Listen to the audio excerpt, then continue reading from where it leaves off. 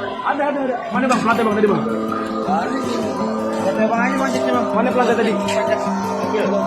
Viral di media sosial rekaman video yang memperlihatkan 2 unit sepeda motor yang diduga menjadi korban tabrak lari pengemudi Toyota Fortuner pada Minggu, 7 Juli 2024. Dalam video yang diunggah akun Instagram Jakarta Terkini menyebutkan, kecelakaan terjadi di Jalan Raya Kebonjeruk, Jakarta Barat pagi tadi sekira pukul 4.30 waktu Indonesia Barat. Saksi mata mengatakan mobil Fortuner hitam melaju kencang melawan arah, hingga menabrak 2 pengendara motor. Setelah itu langsung melarikan diri. Mobil Fortuner hitam melaju kencang ambil sisi lawan arah menabrak 2 pemotor.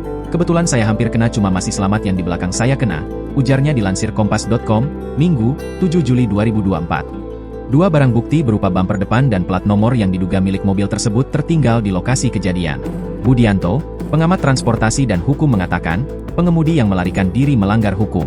Saat pengemudi menabrak maka harusnya berhenti dan membantu korban.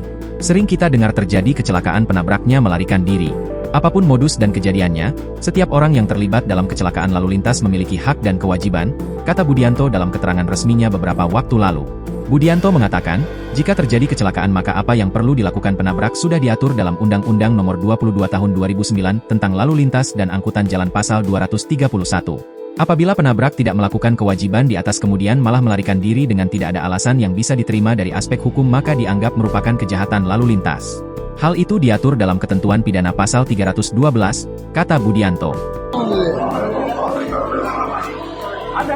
Mana bang? Pelatih bang tadi bang? Pelatih bang aja mancingnya bang. Mana pelatih tadi? Download Tribun X sekarang. Menghadirkan lokal menjadi Indonesia.